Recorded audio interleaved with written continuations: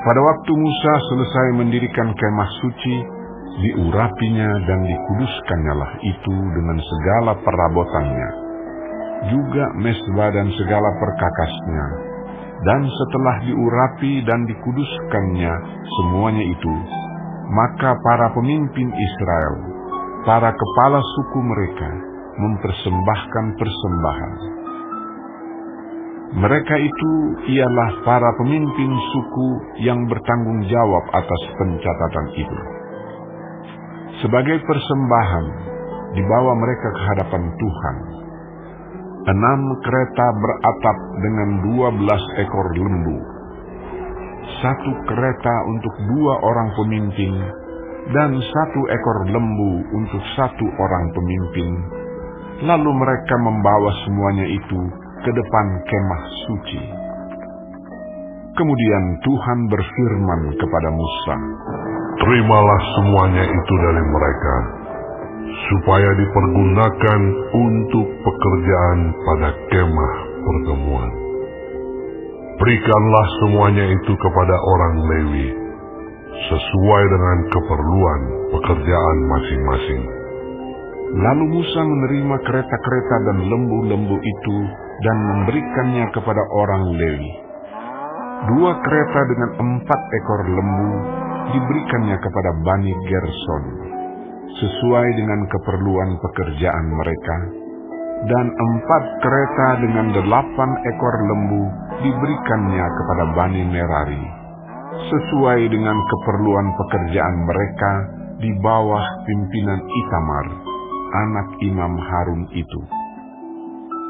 Tetapi kepada Bani Kehat tidak diberikannya apa-apa, karena pekerjaan mereka ialah mengurus barang-barang kudus yang harus diangkat di atas bahunya.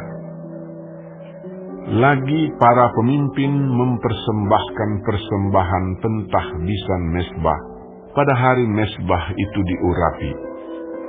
Para pemimpin membawa persembahan mereka ke depan mezbah itu.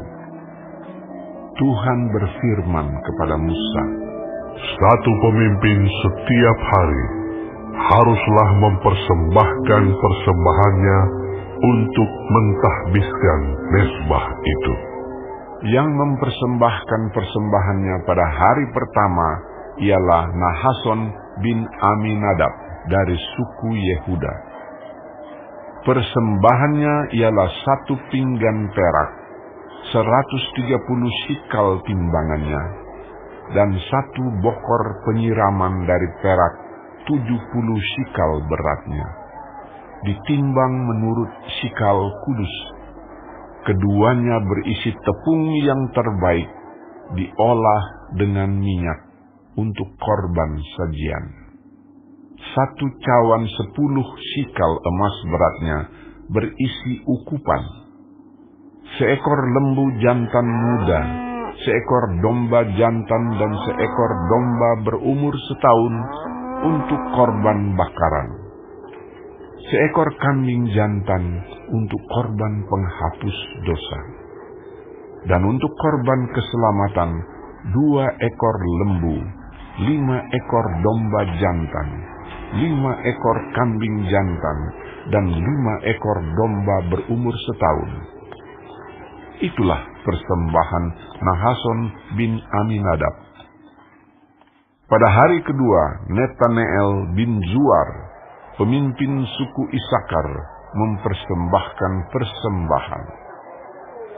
Sebagai persembahannya, dipersembahkannya 1 pinggan perak, 130 sikal timbangannya, dan 1 bokor penyiraman dari perak, 70 sikal beratnya, ditimbang menurut sikal kudus.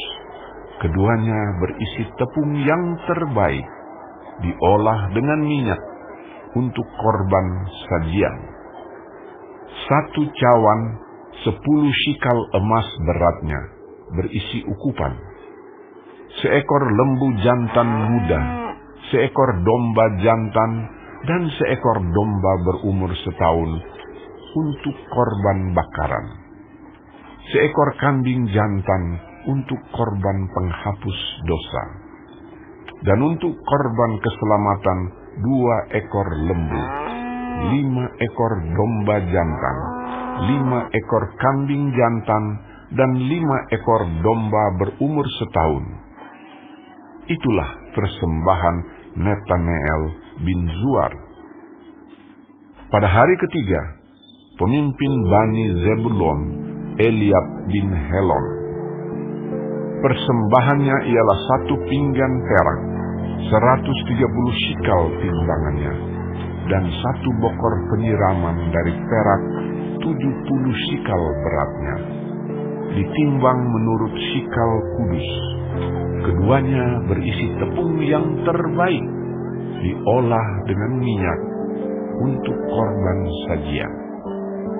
1 cawan 10 shikal emas beratnya, berisi ukupan. Seekor lembu jantan muda, seekor domba jantan, dan seekor domba berumur setahun untuk korban bakaran. Seekor kambing jantan untuk korban penghapus dosa. Dan untuk korban keselamatan 2 ekor lembu, 5 ekor domba jantan, 5 ekor kambing jantan, dan 5 ekor domba berumur setahun. Itulah persembahan Eliab bin Helon. Pada hari keempat, pemimpin Bani Ruben, Elizur bin Shedeur. Persembahannya ialah 1 pinggan perak, 130 shikal timbangannya, dan 1 bokor penyiraman dari perak, 70 shikal beratnya, ditimbang menurut shikal kudus. Keduanya berisi tepung yang terbaik, diolah dengan minyak untuk korban sajian. 1 cawan 10 shikal emas beratnya, berisi ukupan. Seekor lembu jantan muda, seekor domba jantan, dan seekor domba berumur setahun untuk korban bakaran. Seekor kambing jantan untuk korban penghapus dosa. Dan untuk korban keselamatan 2 ekor lembu, 5 ekor domba jantan, 5 ekor kambing jantan, dan 5 ekor domba berumur setahun. Itulah persembahan Elizur bin Shedeur. Pada hari kelima, pemimpin Bani Simeon, Selumiel bin Zuri Sadai.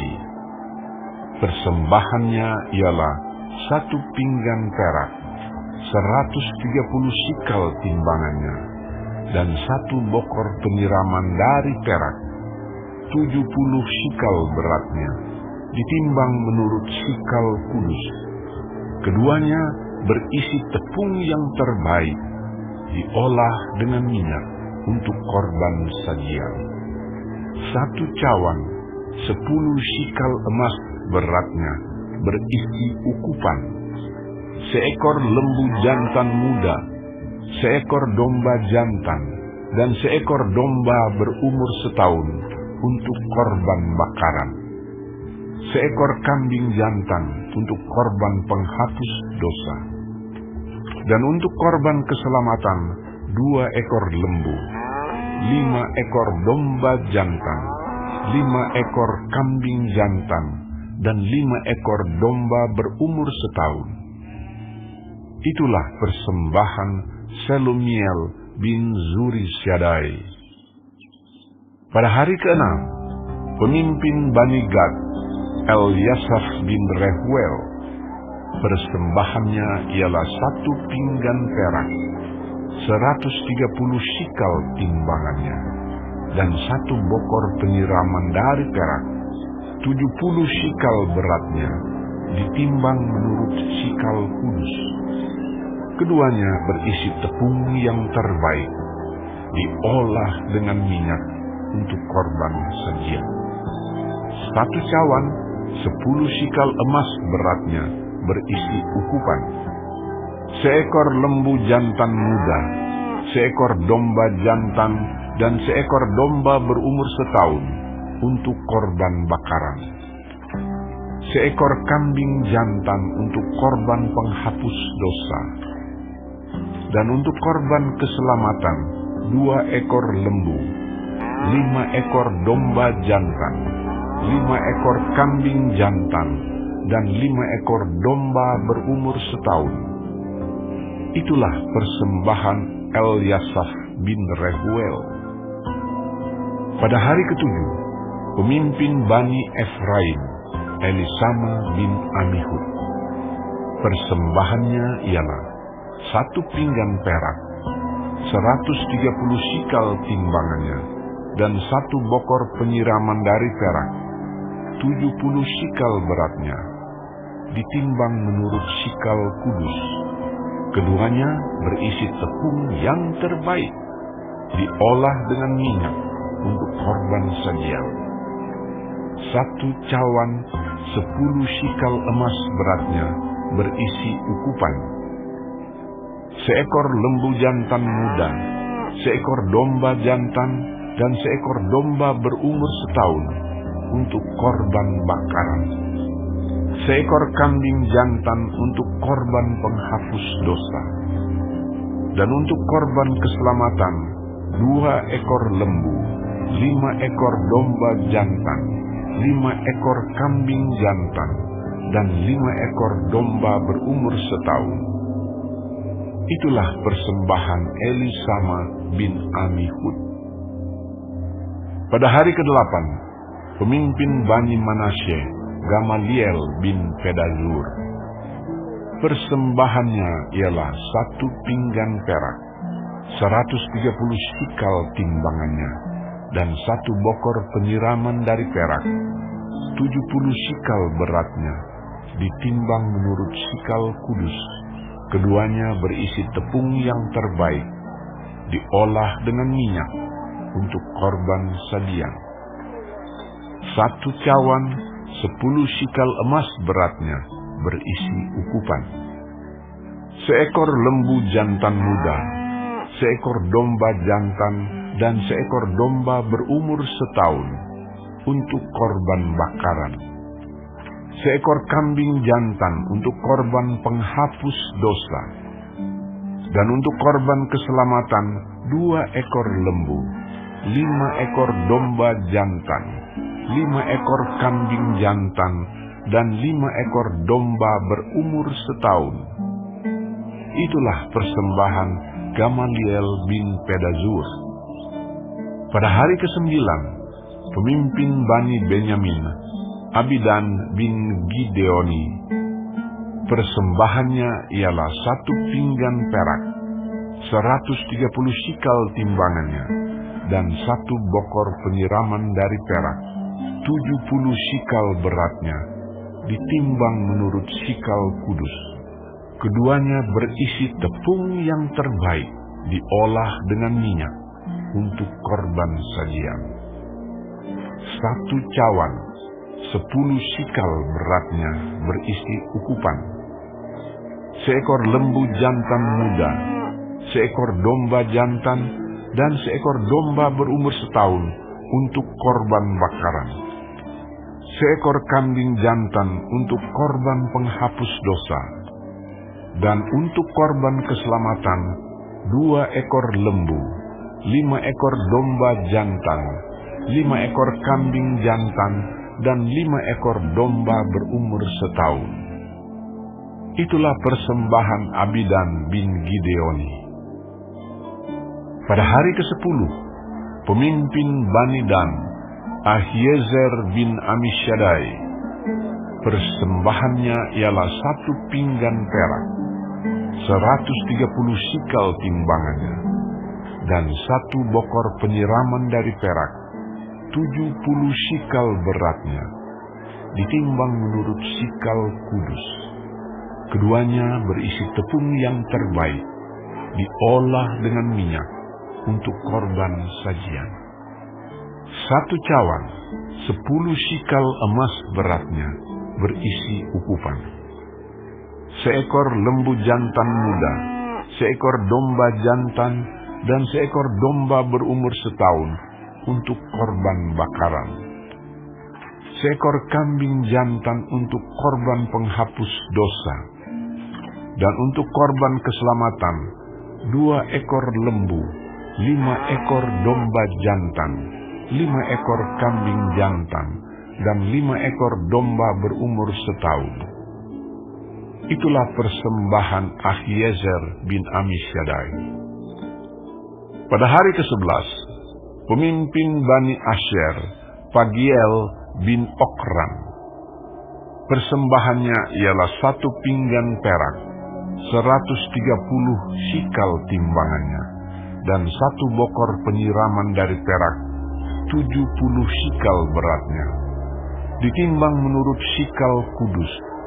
Keduanya berisi tepung yang terbaik, diolah dengan minyak untuk korban sajian.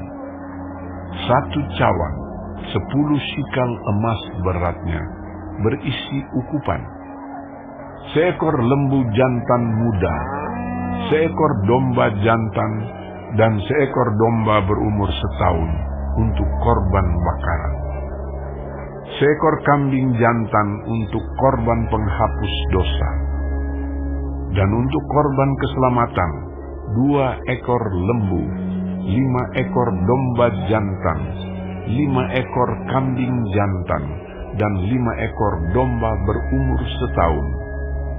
Itulah persembahan Pagiel bin Okran. Pada hari ke-12, pemimpin Bani Naftali, Ahira bin Enan. Persembahannya ialah 1 pinggan perak, 130 sikal timbangannya, dan 1 bokor penyiraman dari perak, 70 sikal beratnya, ditimbang menurut sikal kudus. Keduanya berisi tepung yang terbaik, diolah dengan minyak untuk korban sajian.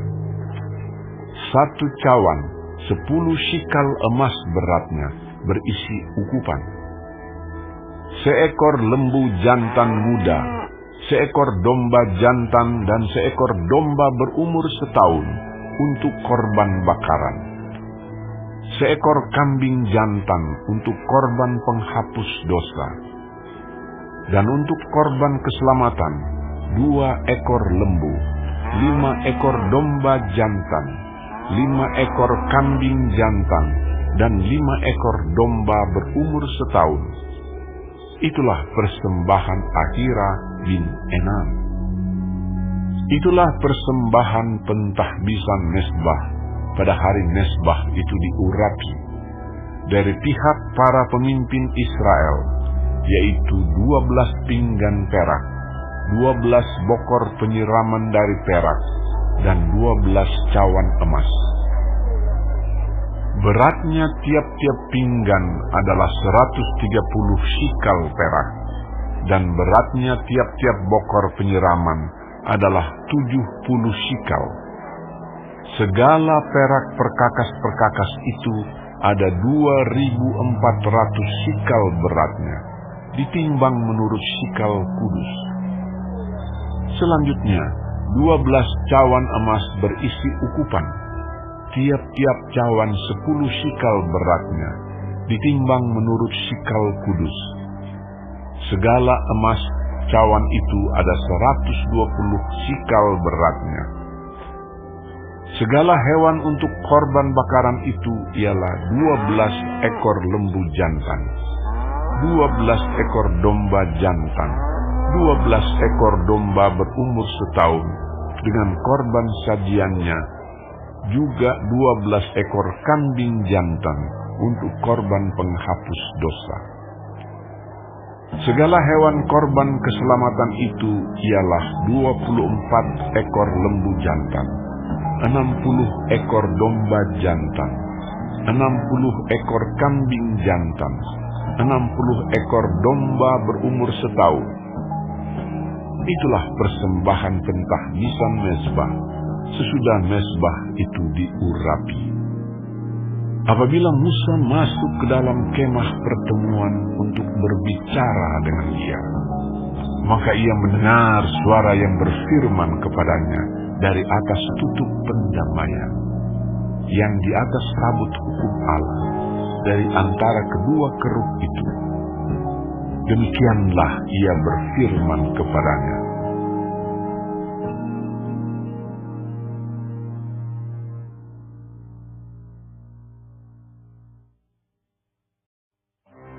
Tuhan berfirman kepada Musa, "Berbicaralah kepada Harun dan katakanlah kepadanya, apabila engkau memasang lampu-lampu itu, haruslah ketujuh lampu itu menerangi yang di sebelah depan kandil." Demikianlah diperbuat Harun. Di sebelah depan kandil dipasangnyalah lampu-lampunya, seperti yang diperintahkan Tuhan kepada Musa. Dan beginilah kandil itu dibuat. Dari emas tempaan, kandil itu tempaan, baik kakinya maupun kembangnya, sesuai dengan apa yang telah diperlihatkan Tuhan kepada Musa, demikianlah kandil itu dibuatnya. Tuhan berfirman kepada Musa, "Ambillah orang Lewi dari tengah-tengah orang Israel, dan tahirkanlah mereka. Beginilah harus kau lakukan kepada mereka untuk mentahirkan mereka. Percikanlah kepada mereka air penghapus dosa. Kemudian haruslah mereka mencukur seluruh tubuhnya dan mencuci pakaiannya, dan dengan demikian mentahirkan dirinya. Sesudah itu, haruslah mereka mengambil seekor lembu jantan muda dengan korban sajiannya dari tepung yang terbaik, diolah dengan minyak, juga seekor lembu jantan muda yang lain haruslah kau ambil untuk korban penghapus dosa.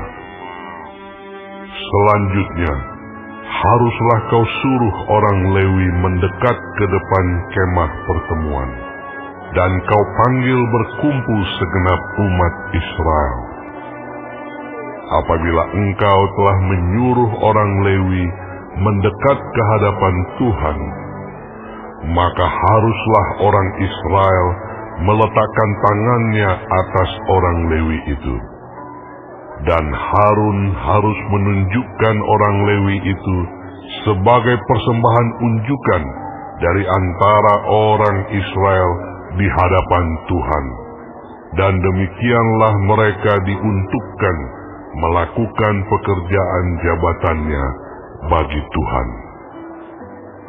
Setelah orang Lewi meletakkan tangannya atas kepala lembu-lembu jantan muda itu, maka haruslah yang seekor diolah sebagai korban penghapus dosa, dan yang lain sebagai korban bakaran bagi Tuhan untuk mengadakan pendamaian bagi orang Lewi. Maka haruslah engkau menghadapkan orang Lewi kepada Harun dengan anak-anaknya, dan mengunjukkan mereka sebagai persembahan unjukan bagi Tuhan. Demikianlah harus engkau mentahirkan mereka dari tengah-tengah orang Israel, supaya orang Lewi itu menjadi kepunyaanku. Barulah sesudah itu, orang Lewi boleh masuk untuk melakukan pekerjaan jabatannya pada kemah pertemuan. Sesudah engkau mentahirkan mereka dan menunjukkan mereka sebagai persembahan unjukan. Sebab mereka harus diserahkan dengan sepenuhnya kepadaku dari tengah-tengah orang Israel. Ganti semua yang terdahulu lahir dari kandungan, yakni semua anak sulung yang ada pada orang Israel, telah kuambil mereka bagiku. Sebab semua anak sulung yang ada pada orang Israel, baik dari manusia maupun dari hewan, adalah kepunyaanku. pada waktu aku membunuh semua anak sulung di tanah Mesir, aku telah menguduskan semuanya bagiku. Maka aku mengambil orang Lewi, ganti semua anak sulung yang ada pada orang Israel. Dan aku menyerahkan orang Lewi dari tengah-tengah orang Israel sebagai pemberian kepada Harun dan anak-anaknya untuk melakukan segala pekerjaan jabatan bagi orang Israel di kemah pertemuan, dan untuk mengadakan pendamaian bagi orang Israel, supaya orang Israel jangan kena tulah apabila mereka mendekat ke tempat kudus. Lalu Musa, Harun, dan segenap umat Israel melakukan yang demikian kepada orang Lewi, tepat seperti yang diperintahkan Tuhan kepada Musa mengenai orang Lewi. Demikianlah dilakukan orang Israel kepada mereka. Orang Lewi itu menghapus dosa dari dirinya dan mencuci pakaian mereka. Kemudian Harun mengunjukkan mereka sebagai persembahan unjukan di hadapan Tuhan dan mengadakan pendamaian bagi mereka sambil mentahhirkan mereka.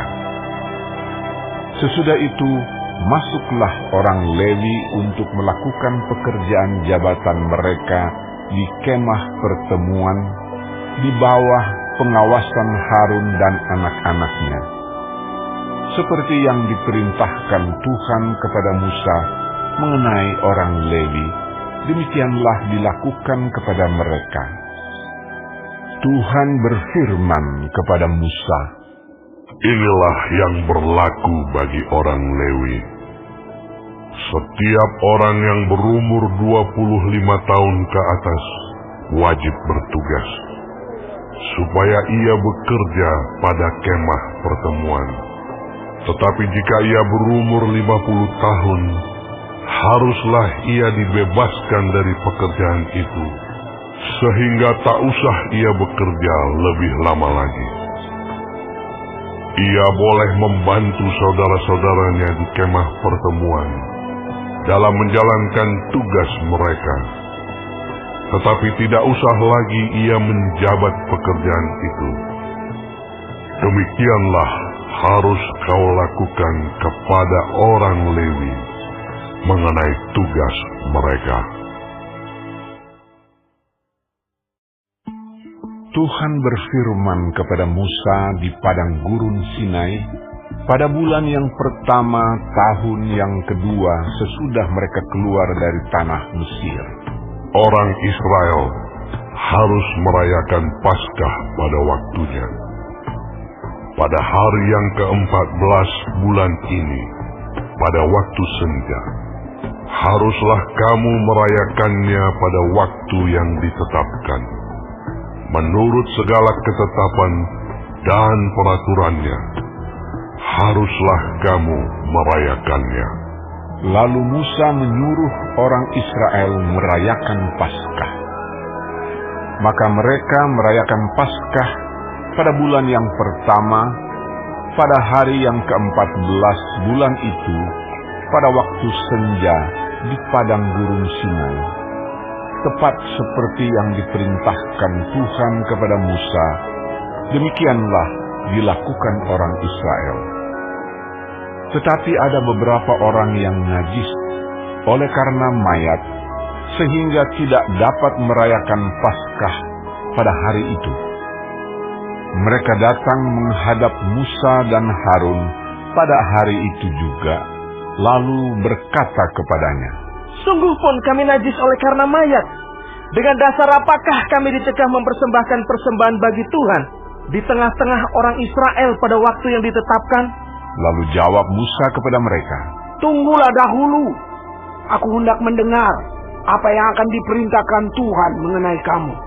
Lalu berfirmanlah Tuhan kepada Musa, Katakanlah kepada orang Israel, apabila salah seorang di antara kamu atau keturunanmu najis oleh karena mayat, atau berada dalam perjalanan jauh, maka ia harus juga merayakan Paskah bagi Tuhan. Pada bulan yang kedua, pada hari yang ke-14, pada waktu senja, haruslah orang-orang itu merayakannya, beserta roti yang tidak beragi dan sayur pahit haruslah mereka memakannya. Janganlah mereka meninggalkan sebagian daripadanya sampai pagi, dan satu tulang pun tidak boleh dipatahkan mereka. Menurut segala ketetapan Paskah, haruslah mereka merayakannya. Sebaliknya, orang yang tidak najis dan tidak dalam perjalanan, tetapi lalai merayakan Paskah, orang itu harus dilenyapkan dari antara orang-orang sebangsanya. Sebab ia tidak mempersembahkan persembahan yang kepada Tuhan pada waktunya. Orang itu akan menanggung akibat dosanya. Apabila seorang asing yang telah menetap padamu hendak merayakan Paskah bagi Tuhan, maka haruslah ia merayakannya menurut segala ketetapan dan peraturan Paskah. Satu ketetapan harus berlaku bagi kamu, baik bagi orang asing maupun bagi orang Israel asli. Pada hari didirikan kemah suci, maka awan itu menutupi kemah suci, kemah hukum Allah. Dan pada waktu malam sampai pagi, awan itu ada di atas kemah suci, kelihatan seperti api. Demikianlah selalu terjadi. Awan itu menutupi kemah, dan pada waktu malam kelihatan seperti api.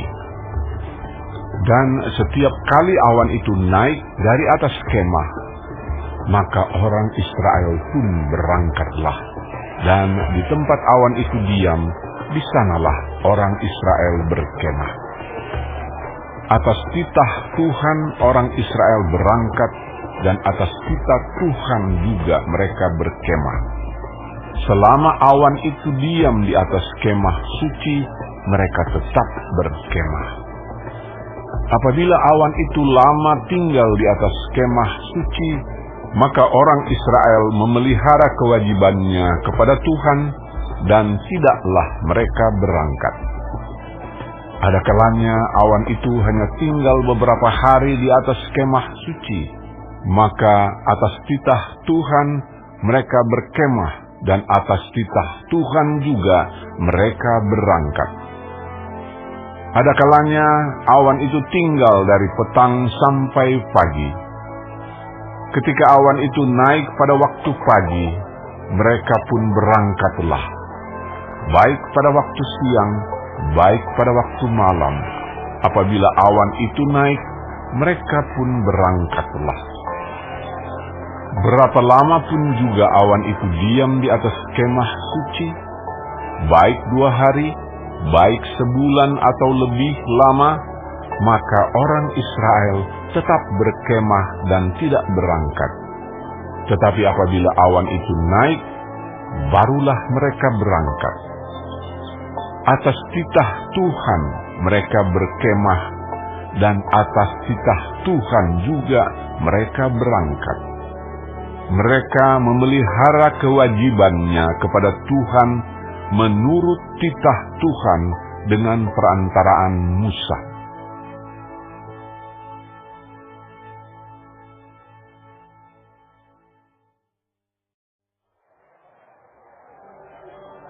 Tuhan berfirman kepada Musa, "Buatlah 2 nafiri dari perak.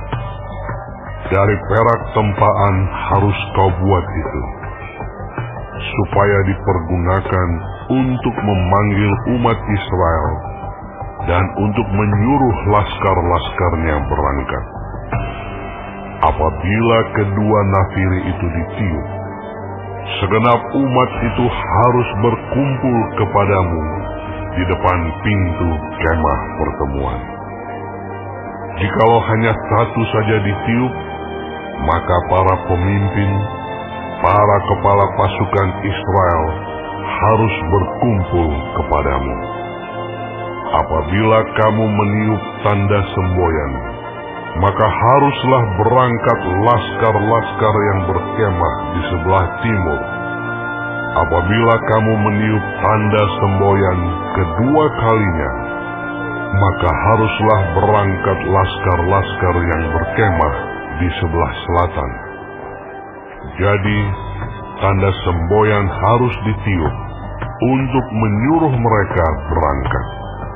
Tetapi untuk menyuruh jemaah itu berkumpul, kamu harus meniup saja tanpa memberi tanda semboyan. Nafiri-nafiri itu harus ditiup oleh anak-anak Imam Harun. Itulah yang harus menjadi ketetapan untuk selama-lamanya bagimu turun-temurun. Dan apabila kamu maju berperang di negerimu, melawan musuh yang menyesatkan kamu, kamu harus memberi tanda semboyan dengan nafiri, supaya kamu diingat di hadapan Tuhan Allahmu dan diselamatkan daripada musuhmu. Juga pada hari-hari kamu bersukaria, pada perayaan-perayaanmu, dan pada bulan-bulan barumu, haruslah kamu meniup nafiri itu pada waktu mempersembahkan korban-korban bakaranmu dan korban-korban keselamatanmu. Maksudnya, supaya kamu diingat di hadapan Allahmu. Akulah Tuhan Allahmu. Pada tahun yang kedua, pada bulan yang kedua, pada tanggal 20 bulan itu, naiklah awan itu dari atas kemah suci tempat hukum Allah. Lalu berangkatlah orang Israel dari padang gurun Sinai menurut aturan keberangkatan mereka. Kemudian diamlah awan itu di padang gurun Paran.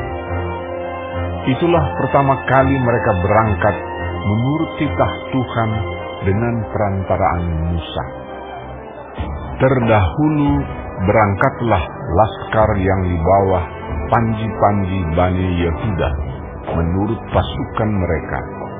Yang mengepalai laskar itu ialah Nahason bin Aminadab. Yang mengepalai laskar suku Bani Isakar ialah Netaneel bin Zuar. Yang mengepalai laskar suku Bani Zebulon ialah Eliab bin Helon. Sesudah itu kemah suci dibongkar, dan berangkatlah Bani Gerson dan Bani Merari yang mengangkat kemah suci itu. Kemudian berangkatlah laskar yang di bawah panji-panji Ruben menurut pasukan mereka. Yang mengepalai laskar itu ialah Elizur bin Zedeur. Yang mengepalai laskar suku Bani Simeon ialah Selumiel bin Zurisadai. Yang mengepalai laskar suku Bani Gad ialah Eliasaf bin Rehuel. Sesudah itu berangkatlah orang Kehat yang mengangkat barang-barang tempat kudus. Kemah suci sudah dipasang sebelum mereka datang. Kemudian berangkatlah laskar yang di bawah panji-panji Bani Efraim menurut pasukan mereka. Yang mengepalai laskar itu ialah Elisama bin Amihud. Yang mengepalai laskar suku Bani Manasye ialah Gamaliel bin Pedazur. Yang mengepalai laskar suku Bani Benyamin ialah Abidan bin Gideoni. Sebagai barisan penutup semua laskar itu, berangkatlah laskar yang di bawah panji-panji Bani Dan menurut pasukan mereka. Yang mengepalai laskar itu ialah Ahiezer bin Amisadai. Yang mengepalai laskar suku Bani Asher ialah Pagiel bin Okran. Yang mengepalai laskar suku Bani Naftali ialah Ahira bin Enan.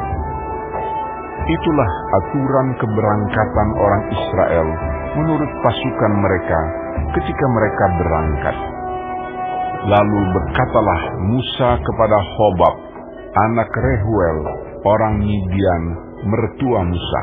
Kami berangkat ke tempat yang dimaksud Tuhan ketika Ia berfirman, Aku akan memberikannya kepadamu. Sebab itu ikutlah bersama-sama dengan kami, maka kami akan berbuat baik kepadamu. Sebab Tuhan telah menjanjikan yang baik tentang Israel. Tetapi jawabnya kepada Musa, Aku tidak ikut, melainkan aku hendak pergi ke negeriku dan kepada sanak saudaraku. Kata Musa, Janganlah kiranya tinggalkan kami, sebab engkaulah yang tahu bagaimana kami berkemah di padang gurun. Maka engkau dapat menjadi penunjuk jalan bagi kami. Jika engkau ikut bersama-sama dengan kami, maka kebaikan yang akan dilakukan Tuhan kepada kami akan kami lakukan juga kepadamu. lalu berangkatlah mereka dari gunung Tuhan dan berjalan 3 hari perjalanan jauhnya. Sedang tabut perjanjian Tuhan berangkat di depan mereka dan berjalan 3 hari perjalanan jauhnya untuk mencari tempat perhentian bagi mereka. Dan awan Tuhan ada di atas mereka pada siang hari, apabila mereka berangkat dari tempat perkemahan. Apabila tabut itu berangkat, berkatalah Musa, Bangkitlah Tuhan, supaya musuhmu berserak, dan orang-orang yang membenci engkau melarikan diri dari hadapanmu. Dan apabila tabut itu berhenti, berkatalah ia, Kembalilah Tuhan kepada umat Israel yang beribu-ribu laksa ini.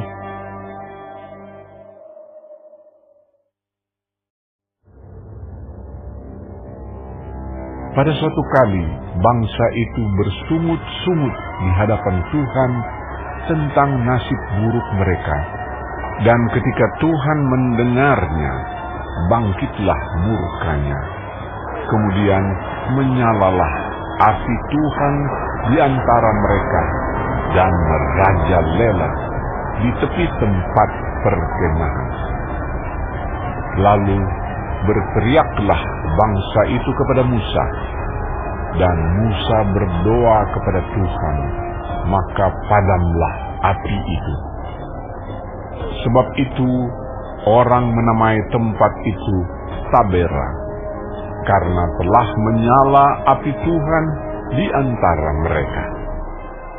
Orang-orang bajingan yang ada di antara mereka kemasukan nafsu rakus, dan orang Israel pun menangislah pula serta berkata, Siapakah yang akan memberi kita makan daging?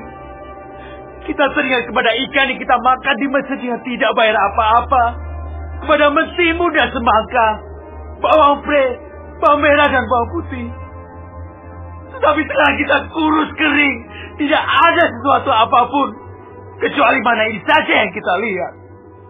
Adapun mana itu seperti ketumbar dan kelihatannya seperti damar bedolah. Bangsa itu berlari kian kemari untuk memungutnya, lalu menggilingnya dengan batu kilangan atau menumbuknya dalam lumpang. Mereka memasaknya dalam periuk dan membuatnya menjadi roti bundar. Rasanya seperti rasa panganan yang digoreng. Dan apabila embun turun di tempat perkemahan pada waktu malam, maka turunlah juga mana di situ. Ketika Musa mendengar bangsa itu, yaitu orang-orang dari setiap kaum, menangis di depan pintu kemahnya, bangkitlah murka Tuhan dengan sangat, dan hal itu dipandang jahat oleh Musa. Lalu berkatalah Musa kepada Tuhan, "Mengapa kau perlakukan hamba-Mu ini dengan buruk? Dan mengapa aku tidak mendapat kasih karunia di mata-Mu? Sehingga Engkau membebankan kepadaku tanggung jawab atas seluruh bangsa ini. Akukah yang mengandung seluruh bangsa ini? Atau akukah yang melahirkannya? Sehingga Engkau berkata kepadaku, pangkulah dia seperti pak pengasuh memangku anak yang menyusu. Berjalan ke tanah yang Kau janjikan dengan bersumpah kepada nenek moyangnya.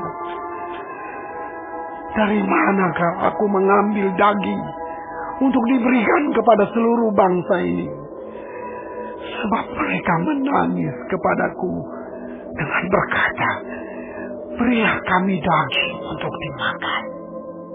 Aku seorang diri tidak dapat memikul tanggung jawab atas seluruh bangsa ini, sebab terlalu berat bagiku. Jika Engkau berlaku demikian kepadaku, sebaiknya Engkau membunuh aku saja. Jika aku mendapat kasih karunia di mata-Mu, supaya aku tidak harus melihat celakaku." Lalu berfirmanlah Tuhan kepada Musa, "Kumpulkanlah di hadapanku dari antara para tua-tua Israel 70 orang, yang kau ketahui menjadi tua-tua bangsa dan pengatur pasukannya.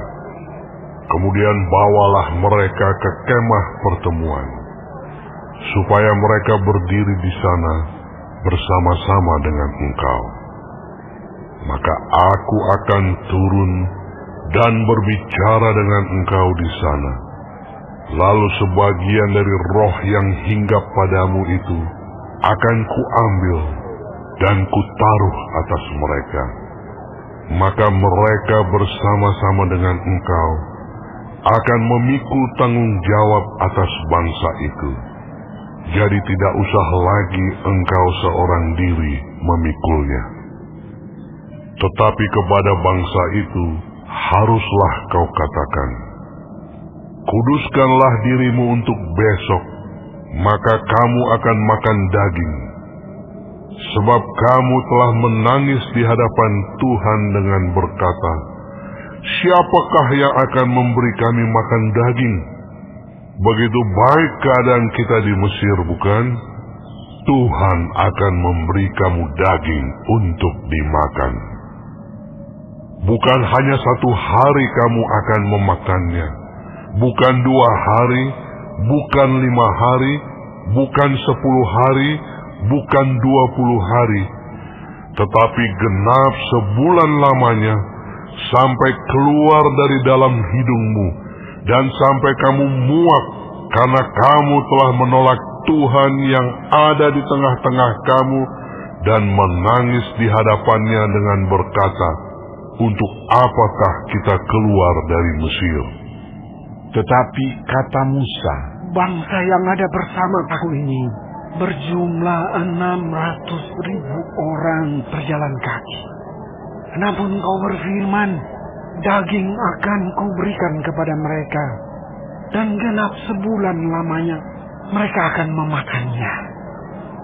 Dapatkah sekian banyak kambing domba dan lembu sapi disembelih bagi mereka, sehingga mereka mendapat cukup?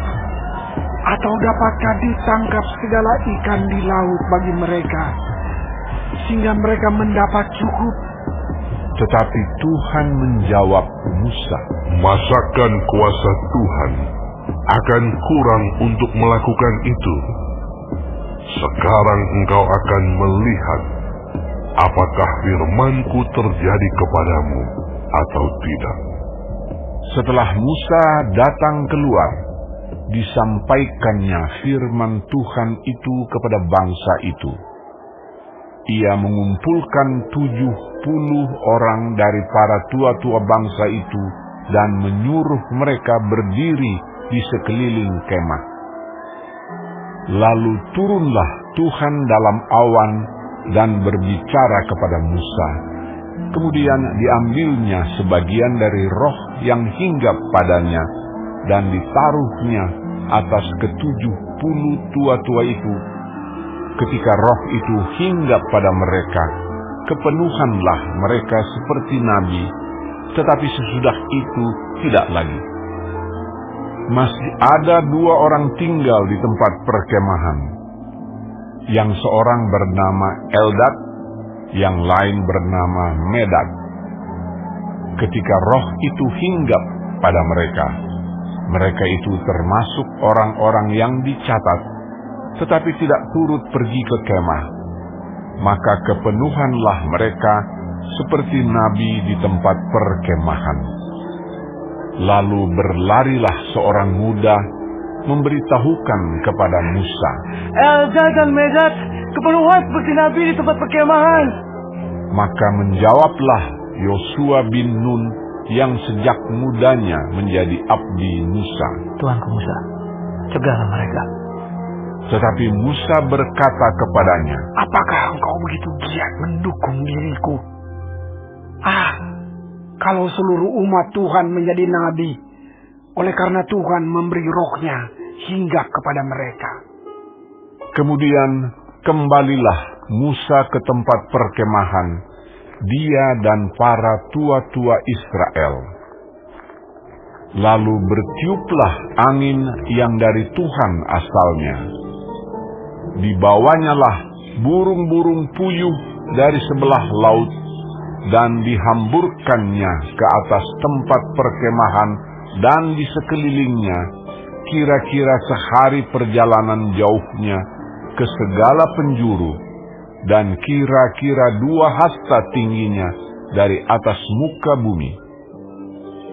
Lalu sepanjang hari dan sepanjang malam itu, dan sepanjang hari esoknya, bangkitlah bangsa itu mengumpulkan burung-burung puyuh itu. Setiap orang sedikit-dikitnya mengumpulkan 10 homer. Kemudian mereka menyebarkannya lebar-lebar sekeliling tempat perkemahan. Selagi daging itu ada di mulut mereka, sebelum dikunyah, maka bangkitlah murka Tuhan terhadap bangsa itu, dan Tuhan memukul bangsa itu dengan suatu tulah yang sangat besar. Sebab itu dinamailah tempat itu Kibrot Ta'awa, karena di sanalah dikuburkan orang-orang yang bernafsu rakus. Dari Kibrot Ta'awa berangkatlah bangsa itu ke Hazerot, dan mereka tinggal di situ.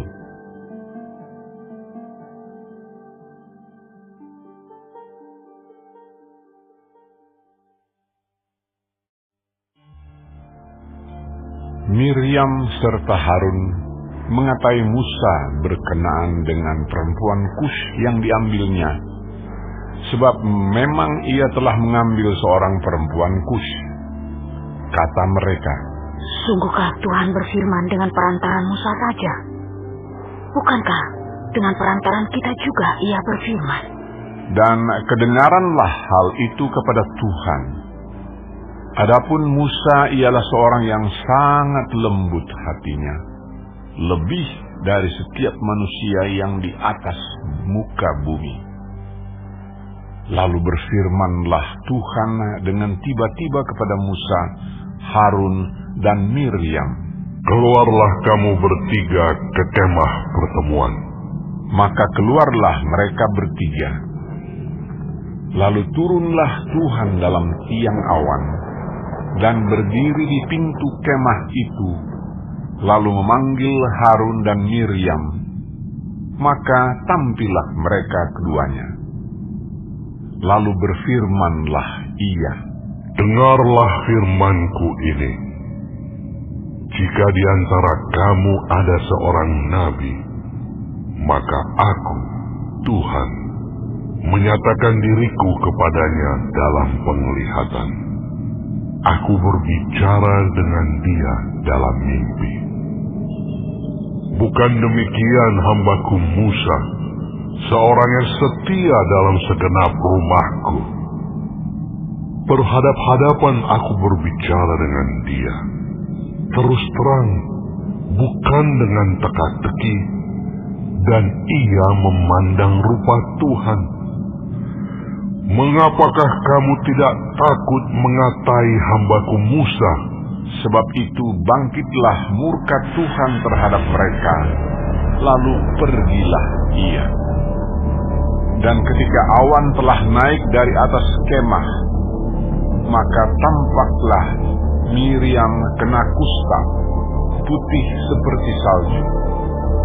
Ketika Harun berpaling kepada Miriam, maka dilihatnya bahwa dia kena kusta.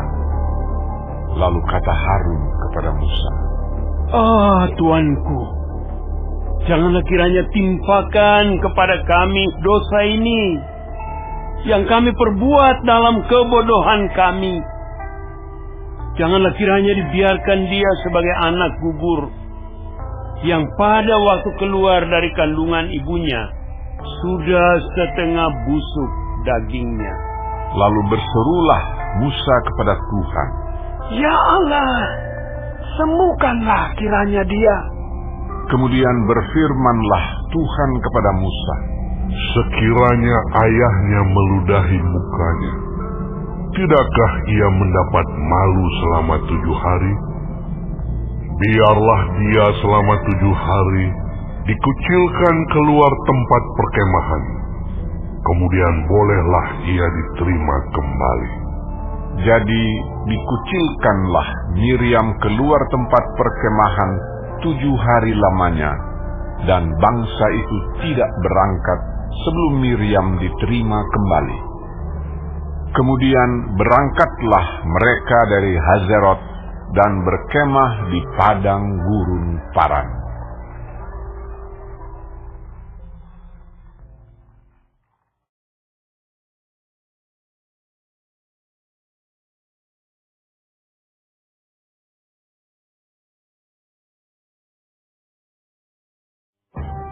Tuhan berfirman kepada Musa, Suruhlah beberapa orang mengintai tanah Kanaan yang akan kuberikan kepada orang Israel. Dari setiap suku nenek moyang mereka, haruslah kau suruh seorang, semuanya pemimpin-pemimpin di antara mereka. Lalu Musa menyuruh mereka dari padang gurun Paran sesuai dengan titah Tuhan. Semua orang itu adalah kepala-kepala di antara orang Israel. Dan inilah nama-nama mereka. Dari suku Ruben, Syamua bin Zakur. Dari suku Simeon, Safat bin Hori. Dari suku Yehuda, Kaleb bin Yefune. Dari suku Isakar, Yigal bin Yusuf. Dari suku Efraim, Hosea bin Nun. Dari suku Benyamin, Palti bin Rafu. Dari suku Zebulon, Gadiel bin Sodi. Dari suku Yusuf, yakni dari suku Manasye, Gadi bin Susi. Dari suku Dan, Amiel bin Gemali. Dari suku Asher, Sethur bin Mikael. Dari suku Naftali, Nahbi bin Wofsi. Dari suku Gad, Guel bin Maki.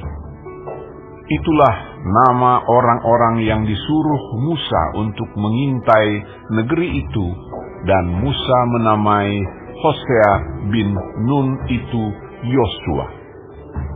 Maka Musa menyuruh mereka untuk mengintai tanah Kanaan. Katanya kepada mereka, Pergilah dari sini ke tanah Negeb, dan naiklah ke pegunungan. Dan amatilah bagaimana keadaan negeri itu. Apakah bangsa yang mendiaminya kuat atau lemah? Apakah mereka sedikit atau banyak? Dan bagaimana negeri yang didiaminya? Apakah baik atau buruk? Bagaimana kota-kota yang didiaminya? Apakah mereka diam di tempat-tempat yang terbuka atau di tempat-tempat yang berkubu? Dan bagaimana tanah itu? Apakah gemuk atau kurus? Apakah ada di sana pohon-pohonan atau tidak? Tabahkanlah hatimu dan bawalah sedikit dari hasil negeri itu. Waktu itu ialah musim hulu hasil anggur. Mereka pergi ke sana, lalu mengintai negeri itu, mulai dari padang gurun Zin sampai ke Rehob, ke jalan yang menuju ke Hamat. Mereka berjalan melalui tanah Negeb, lalu sampai ke Hebron. Di sana ada Ahiman, Sesai, dan Talmai, keturunan Enak. Hebron didirikan 7 tahun lebih dahulu dari Soan di Mesir. Ketika mereka sampai ke lembah Eskol, dipotong merekalah di sana suatu cabang dengan setandan buah anggurnya. Lalu berdualah mereka menggandarnya. Juga mereka membawa beberapa buah delima dan buah ara. Tempat itu dinamai orang lembah Eskol karena tandan buah anggur yang dipotong orang Israel di sana. Sesudah lewat 40 hari, pulanglah mereka dari pengintaian negeri itu dan langsung datang kepada Musa, Harun, dan segenap umat Israel di Kades, di padang gurun Paran. Mereka membawa pulang kabar kepada keduanya dan kepada segenap umat itu dan memperlihatkan kepada sekaliannya hasil negeri itu. Mereka menceritakan kepadanya, "Kami sudah masuk ke negeri kemana kau suruh kami. Dan memang negeri itu berlimpah-limpah susu dan madunya. Dan inilah hasilnya. Hanya bangsa yang diam di negeri itu kuat-kuat. Dan kota-kotanya berkubu dan sangat besar. Juga keturunan Enak telah kami lihat di sana. Orang Amalek diam di tanah Negeb. Orang Het, orang Yebus, dan orang Amori diam di pegunungan. Orang Kanaan diam di sepanjang laut dan sepanjang tepi sungai Yordan." Kemudian Kaleb mencoba menenteramkan hati mereka itu di hadapan Musa. Katanya, "Tidak, kita akan maju dan menduduki negeri itu, sebab kita pasti akan mengalahkannya." Tetapi orang-orang yang pergi ke sana bersama-sama dengan dia berkata, "Kita tidak dapat maju menyerang bangsa itu, karena mereka lebih kuat daripada kita." Juga mereka menyampaikan kepada orang Israel kabar busuk tentang negeri yang diintai mereka dengan berkata, "Negeri yang telah kami lalui untuk diintai adalah suatu negeri yang memakan penduduknya. Dan semua orang yang kami lihat di sana adalah orang-orang yang tinggi-tinggi perawakannya.